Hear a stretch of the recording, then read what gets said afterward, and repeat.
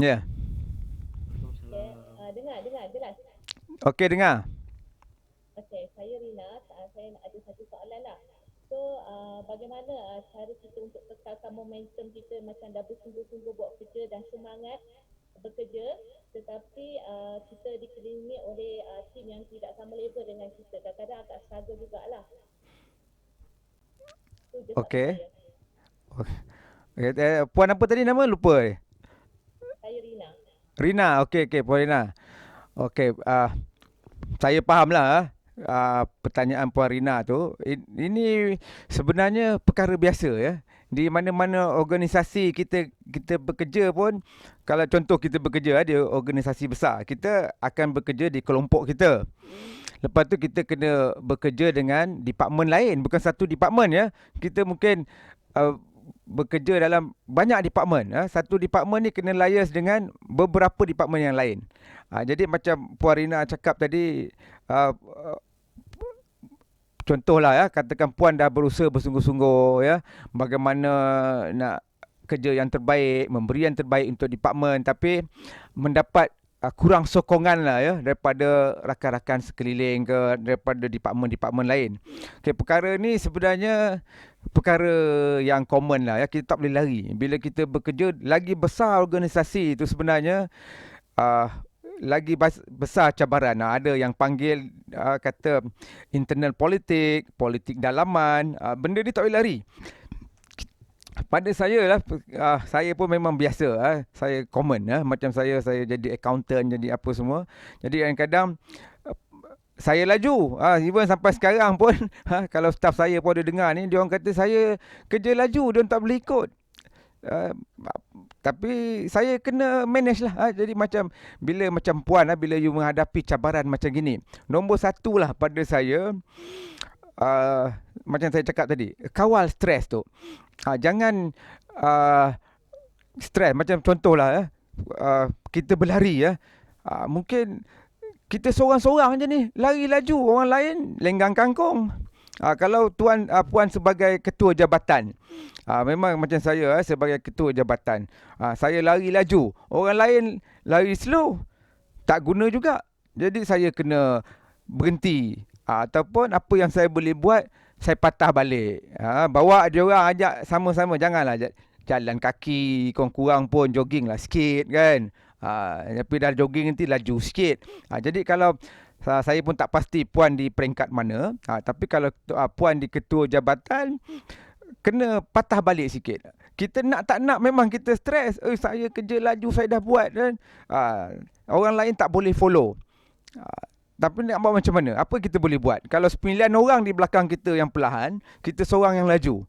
Ah, ya, tapi kita jangan pula kita mengalah. Pasal kalau 9 slow, kita seorang laju, kalau kita mengalah nanti organisasi tu tak ada siapa yang untung ya. Jadi kita kena buatlah, maksudnya kena cakap dengan dia orang, kita kena bagi kesedaran pada dia orang. Up to certain extent, cakap je lah, minta lah tolong, sama-sama lah kita cepatkan sikit. Nanti apa impact dia. Mungkin kalau macam di uh, organisasi kerajaan ya, dia punya impact tu agak sukar kadang-kadang, pasal kerja pada saya gaji tu tetap dapat. Tapi kalau macam di pihak swasta ya, di pihak swasta kita boleh nampak impact dia. Kalau semua lambat, kita punya billing lambat, projek lambat, tak perform, tak ada bonus. Jadi kita boleh gunakan sentimen-sentimen begitu. Bukan kita nak menakutkan mereka, tapi itulah hakikat dia ya. Macam kita tengok sekarang ya, di zaman cabaran COVID. Kalau pihak swasta, kita tak boleh depend pada satu benda. Benda tu dah tak ada. Projek tu tak jalan. Mungkin kedudukan kewangan negara ni memerlukan fokus kepada sektor kesihatan. Benda-benda yang nice to have tak ada. Benda boleh pakai. Jadi banyak macam tu. Jadi setiap bisnes tu kena cuba benda yang baru. Kena berubah. Macam kalau mengikut puan punya environment tadi, yang lain-lain ni susah. Jadi benda tu tak boleh lari. Jangan streskan diri kita. Cuba, mungkin kalau puan di peringkat pertengahan, boleh beritahu bos. Ada caranya. Beritahu bos, Tapi bukan nak menghasut ya. Kita orang Melayu ni susah sikit perkataan dia. Dia panggil menghasut lah, membodek lah. Kita jangan guna perkataan-perkataan negatif tu kalau boleh. Ya. Jadi beritahu, panggil meeting. Dalam meeting pun kalau sebagai ketua jabatan ni kena pandai lah, kena bijak macam mana nak tackle. Semua kadang-kadang kita paksa pun tak jalan ya. Tapi kena buatlah satu KPI. Kadang-kadang kita kena buat secara bertulis. Okey, ini KPI masing-masing.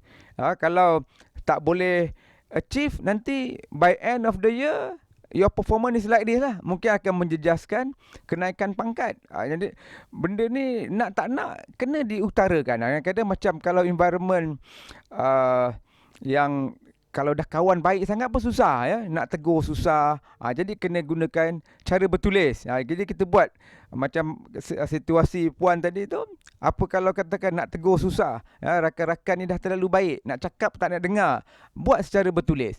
Minuted dalam tu, tugas masing-masing. Kalau saya buat timeline, saya ada checklist, kerja siapa, bila kena siap, semua cukup. Ini kerja siapa, tugasan siapa, bila deadline, semua ada. Jadi bila kita meeting balik, siapa tak siap kerja mereka tu, malulah. Kita tak perlu memalukan mereka, tapi mereka yang tak buat kerja ni sepatutnya malu pada diri sendiri. Bila kita meeting department, orang lain checklist, okey, siap, tick, siap, done. Dekat dia ongoing, KIV tak jalan. Tapi kalau mula-mula memang susah. Tapi katakan dah kita praktis benda yang sama tu dalam 2-3 bulan, kita akan nampak. Jadi kalau ada 9 orang yang berjalan perlahan tu, mungkin tinggal 2-3 orang. Lama-lama malu. Kita terpaksa kena lari jugalah, orang lain berlari takkan aku berjalan. Itu mungkin puan boleh buat sistem macam tu lah, ikut cadangan saya. Nak melarikan diri itu tak boleh. Kita kena melalui, kita kena selesaikan masalah tu.